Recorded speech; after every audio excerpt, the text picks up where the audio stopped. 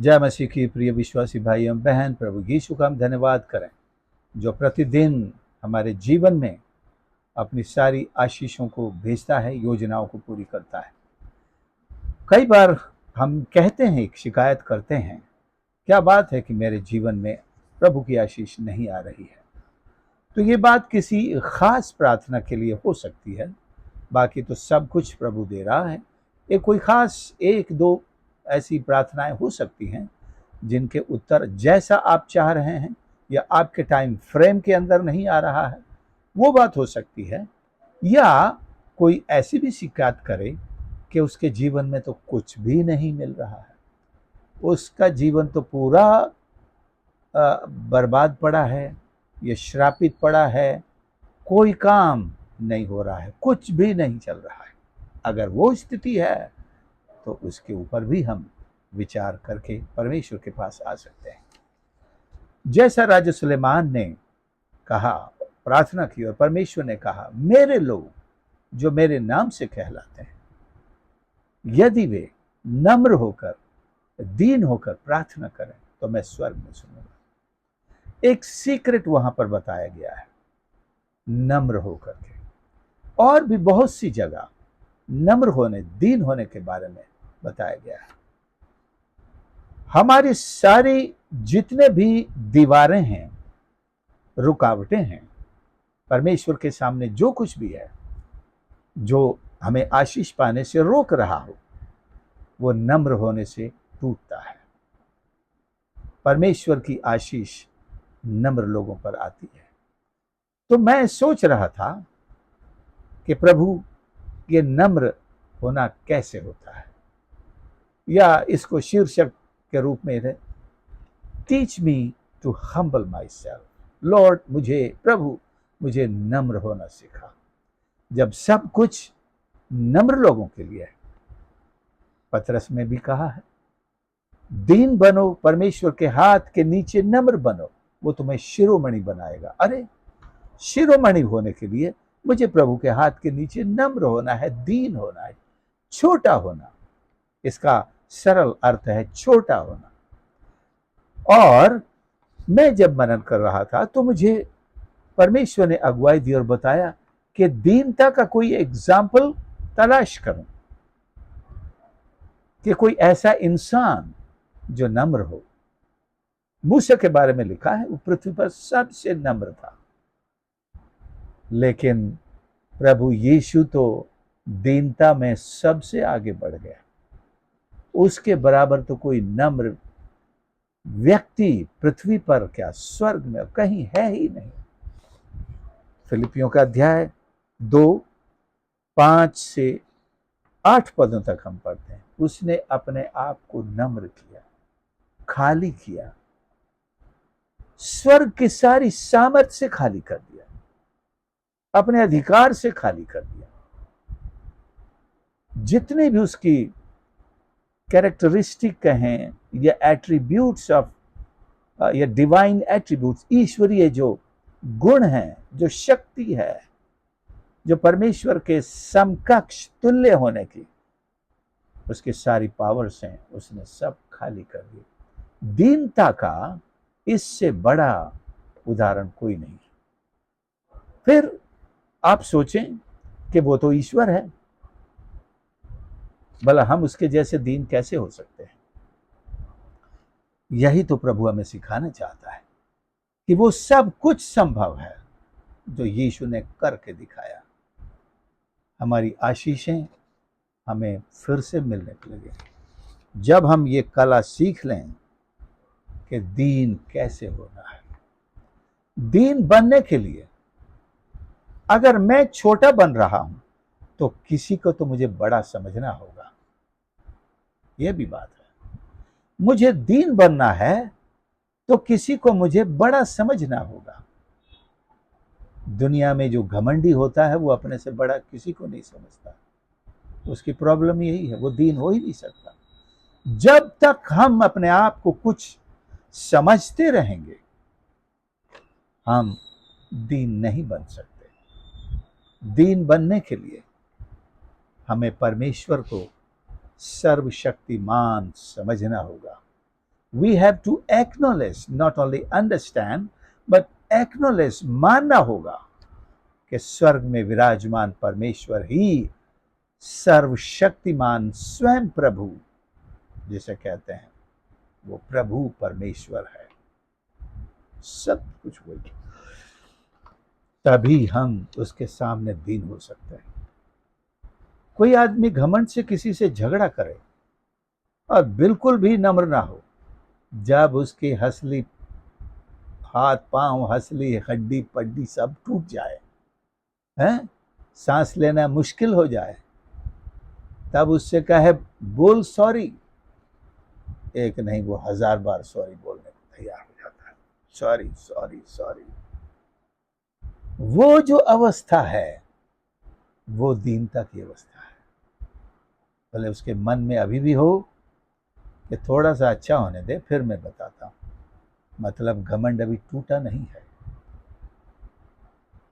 घमंड टूटने का मतलब है कि ये शब्द जो प्रभु यीशु के लिए इस्तेमाल हुआ, उसने अपने आप को खाली कर दिया। उसने कहा जब कोई एक गाल पर मारे तो दूसरा भी आगे कर दो। ये नम्र व्यक्ति की पहचान है। कई बार आपको लगता होगा ये सामने वाला क्या है मेरे आगे, हाँ? मैं अगर एक थप्पड़ मार दूं तो ये उठेगा नहीं, हाँ? शायद दुनिया से ही उठा दें आपके थप्पड़ में ऐसी ताकत, लेकिन फिर भी आप ही नम्र बन जाएं, आप ही दीन बन जाएं, आप ही सॉरी बोलें। ये है नम्रता। सामने वाले को अपने से बड़ा समझना। यहां सामने वाला कोई इंसान नहीं, मनुष्य नहीं, संसार नहीं, शैतान नहीं, स्वयं ईश्वर है। आप अपने आप को खाली करें और दीन करें और आपके सामने ईश्वर हो, सर्वशक्तिमान परमेश्वर। आप अपने आप को खाली कर सकते हैं।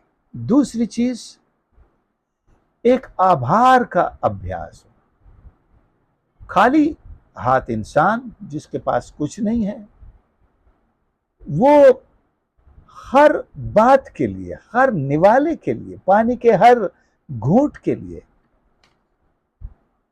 किसी और को धन्यवाद देता है। परमेश्वर, ये मेरी मेहनत से नहीं आया है, ये मैंने नहीं कमाया है, ये पानी का घूंट भी कमाने की योग्यता मुझ में नहीं है। जब हम इस तरह से, भले आप नौकरी करके क्यों ना लाए, जब इस तरह से आभार देना, आभार प्रकट करना सीख जाएंगे, हर बात के लिए, हर आशीष के लिए, हर बुरे अनुभव के लिए भी, जब हम ईश्वर के सामने आभारी हो जाएंगे, ये नम्रता का एक पहचान कहलाएगी। इसमें एक और चीज है, नम्र व्यक्ति दूसरों की सेवा करने का एक पहचान होती है। He serves others. His life is a service to others. उसका जीवन दूसरों की सेवा से भरा होता है। चाहे ईश्वरीय बुलाहट की सेवा हो, चाहे सामाजिक सेवा हो, आत्मिक सेवाएं हो, वो दूसरों के लिए सेवा करता है, दूसरों के लिए करता है। नम्र व्यक्ति, वो अपने लिए नहीं जीता है। He doesn't live for himself. He lives for God's glory.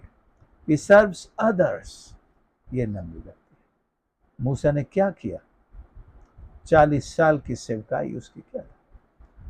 उससे पहले भी जो 40 साल उसने जंगल में बिताए, मैं समझता हूं उसने अपने के लिए नहीं, अपने ससुर के लिए, उसके लिए।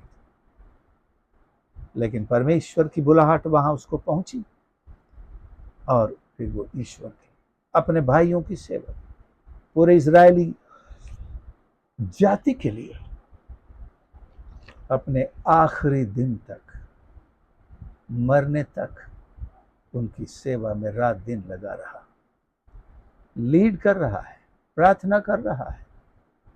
उपवास के साथ परमेश्वर से उनके लिए आशीष मांग रहा है, वो अपने लिए मानो बिल्कुल नहीं जीता था। चौथी चीज है नम्र होने में, करेक्शन को, सुधार को स्वीकार करें। जब आपकी गलती बताई जाए, चाहे कोई मनुष्य बताए, चाहे पवित्र आत्मा बताए, परमेश्वर का वचन बताए, प्रभु का कोई सेवक बताए, एक्सेप्ट करेक्शन, सुधार स्वीकार करें। ये कहने के लिए बहस न कर दें, खड़े हो जाएं कि नहीं, आप गलत हैं, ऐसी बात नहीं है, मैं सही हूं। हो सकता है वो व्यक्ति 100% सही ना हो, 90% तो होगा, 90 भी ना हो, 50% तो सही होगा, 50 भी ना हो, 10% तो सही होगा, 10 भी ना हो, 1% तो सही होगा। लेकिन 1% में भी 1% भी गलती मेरी जिंदगी में क्यों रहे? मैं बिल्कुल नीचे पायदान पे आ गया। ठीक है, आप 100% गलत नहीं है, 50 भी नहीं है, आप 99% गलत नहीं है, केवल 1%, क्योंकि वो कह रहा है तो उसको भी स्वीकार करो। अच्छा तो होता कि पूरा स्वीकार करें, 100% स्वीकार करें। करेक्शन, यही अहम तो खत्म करना है जो आपको आज तक सिखाता आया, नहीं मेरी कोई गलती नहीं है, मैं नहीं मानूंगा, मेरी कोई गलती नहीं। इसी चीज को तो खत्म करना है। नम्रता में सबसे बड़ी रुकावट तो यही है, ये जो अंदर सर्टिफिकेट छाप के दिल के अंदर टांग रखा है, मेरी कोई गलती नहीं है, I am clear and clean, so we must humble ourselves, accept correction, yes you are right। एक काउंसलिंग में किताब मैंने पढ़ी थी, बहुत साल पहले की बात है, मेरे बाइबल कॉलेज की लाइब्रेरी में थी, एसबीसी में, जिसका नाम था you are right I am wrong, I am wrong you are right, you are right I am wrong. इसको कहने के लिए हिम्मत चाहिए। यह नम्रता का एक निशानी है कि ऐसा व्यक्ति ही कह सकता है, जब उस पर इल्जाम लगाए हों और सारे गलत हों, उसके बाद वो व्यक्ति कहे यस आई एम रॉन्ग, मामला खत्म हो जाता है, सुलह हो जाती है, मेल मिलाप हो जाता है, परमेश्वर की आशीष नहीं रुकती है। लेकिन यदि जब हम कहें नहीं तुम गलत हो, ऐसा नहीं है, मैंने कोई गलती नहीं की है, मैं सही हूं, तुम गलत हो, you are wrong I am right, फिर समझौता नहीं हो सकता, रुकावटें नहीं हट सकती, घमंड नहीं टूट सकता, परमेश्वर की आशीष नहीं आ सकती, हमारी प्रार्थना सुनी नहीं जा सकती। इसलिए ये जरूरी है कि हम स्वीकार करें, सुधार को गले लगाएं। पांचवी बात है अपने घमंड को सरेंडर करना, अपने घमंड को प्रभु यीशु के चरणों में समर्पित करना। कुछ लोग इसको लेकर एक कंठमाला की तरह घूमते फिरते रहते हैं, उनका क्रूस गले में मानो यीशु का क्रूस न होकर अपने घमंड का क्रूस है, उनका घमंड दिख रहा है क्रूस, और भिड़ जाते हैं। कितने लोग तो मेरे से भी भिड़े ऐसे क्रूस पहने हुए, कई ऐसे भी भिड़े हैं जो क्रूस तो नहीं पहने थे लेकिन उसी के नाम से भिड़ गए। और मैं छोटा आदमी, मैं सॉरी बोल देता हूं, मैं सॉरी बोल देता हूं, मैंने आदत डाल रखी है, मैंने सीखा है। और मैं सीखते रहना चाहता हूँ, मरने के दिन तक सॉरी बोलना ही है प्रभु से भी। और कोई भी आकर कहे कि ये आपने गलत किया है, मैं बोलूंगा I am sorry Lord, sorry.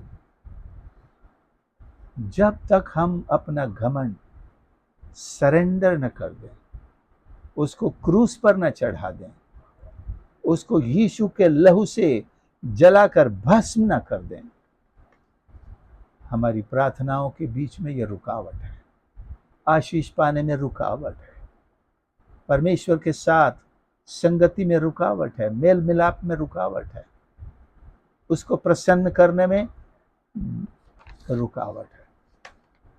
आखिरी बात कहना चाहता हूं कि मसीह का उदाहरण हम पहन लें, ओढ़ लें। उसके पास वो भी पूरी तरह निर्दोष था। लोगों ने 100% उस पर आरोप लगाए, लेकिन उसने सब एक्सेप्ट किए। तभी तो क्रूस उठा के चल पड़ा। जवाब नहीं देना, जैसे अदालत में कोई लगता है, खामोशी इकरार है। अगर वकील दोष लगा रहा है कि तुमने ये अपराध किया है, ये अपराध किया है, ये किया है, अगर मुल्जिम खामोश है तो वो कहेगा माय लॉर्ड, इसकी खामोशी इन आरोपों का एक्सेप्टेंस है, इसको सजा कड़ी से कड़ी दी जाए। प्रभु यीशु ने मुंह न खोला, उसका न्याय न होने पाया। सबको पता था उसने कुछ नहीं किया है, किया तो बवाल हमने था, सारा सब कुछ तो हमने किया था, और प्रभु के ऊपर आना था। सबने पाप किया, प्रभु यीशु को छोड़कर। ये न कहें सबने किया तो यीशु ने भी किया होगा, प्रभु यीशु को छोड़कर सबने किया, आपने, मैंने, और अभी जो अभी यीशु के आने तक पैदा होंगे, इस दुनिया के आखिर तक जो पैदा होगा वो सब उसी पाप में पैदा होगा। इसी चीज को तो मानना है। We must admit, accept and surrender at the feet of Jesus and say yes lord I have done it. यही तो एक्सेप्टेंस है। इसी से तो सुधार होगा। हाँ प्रभु मैंने ही किया है, और फिर छोड़ना नम्रता की निशानी है। एडमिट ही नहीं, पाप को छोड़ना, घमंड को छोड़ना, दीन होना। क्या आप दीन होना चाहते हैं? दीन होने की कला सीख लीजिए। Learn the art of humbling myself or humble yourself, and you will certainly be not only exalted above all friends, but you will be answered every prayer that you offer before God. परमेश्वर के सामने हर एक प्रार्थना सुनी जाएगी। पूरा देश उसने कहा मैं बहाल कर दूंगा जब हम मिलकर उससे प्रार्थना करेंगे। हमारा परमेश्वर हमें आशीष देगा। आइए प्रार्थना करें, अपने आप को नम्र और दीन करें और खाली करें। प्यारे प्रभु, मेरे परमेश्वर, मैं अपने आप को आपके पवित्र चरणों पर लाता हूँ। प्रभु मैं अपने आप को खाली करता हूँ, नम्र करता हूँ, दीन करता हूँ। हर तरह के यदि जो बातें आपके सम्मुख है परमेश्वर, और जो मेरे जीवन में नम्र होने के लिए रुकावटें हैं, मुझे दिखा दे प्रभु। पवित्र आत्मा के द्वारा प्रकट कर। मैं एक एक को छोड़ता हूँ और परमेश्वर आपके सॉवरेनिटी को स्वीकार करता हूँ। आप ही सर्वशक्तिमान स्वयं प्रभु परमेश्वर है, दूसरा कोई नहीं है। प्रभु दया कर। हर एक प्रार्थना जो हमारे घमंड के कारण, मेरे घमंड के कारण आज तक रुकी हुई है, हर एक वो आशीष जो मेरे घमंड के कारण आज तक रुकी हुई है, प्रभु स्वर्ग से भेजकर आशीषित कर। मेरे हर एक सुनने वाले को आशीष कर। सुनने वालों में यदि कोई ऐसा है जो आज तक घमंड के घोड़े पर सवार है, और आशीषों को खोज रहा है, प्रभु उस घोड़े से उसे नीचे गिरा। जैसे आपने पौलुस को नीचे गिराया, इसी तरह हर एक को घमंड के घोड़े से गिराकर नम्र और दीन बना, पौलुस के समान दीन बना, मूसा के समान दीन बना, आपके जैसे दीन बना प्रभु। और हम सब से अपनी महिमा लें। प्रार्थना सुनने के लिए आपका धन्यवाद करते हैं। प्रार्थना प्रभु यीशु के नाम से मांगते हैं, आमीन। प्रभु आप सबको आशीष करे। आपने इस संदेश को सुना, जरूर दूसरों के साथ भी शेयर करें और हमारी सेवकाई के लिए प्रार्थना करें। और यदि आप इस चैनल पर नए हैं तो प्लीज़ सब्सक्राइब करें। God bless you.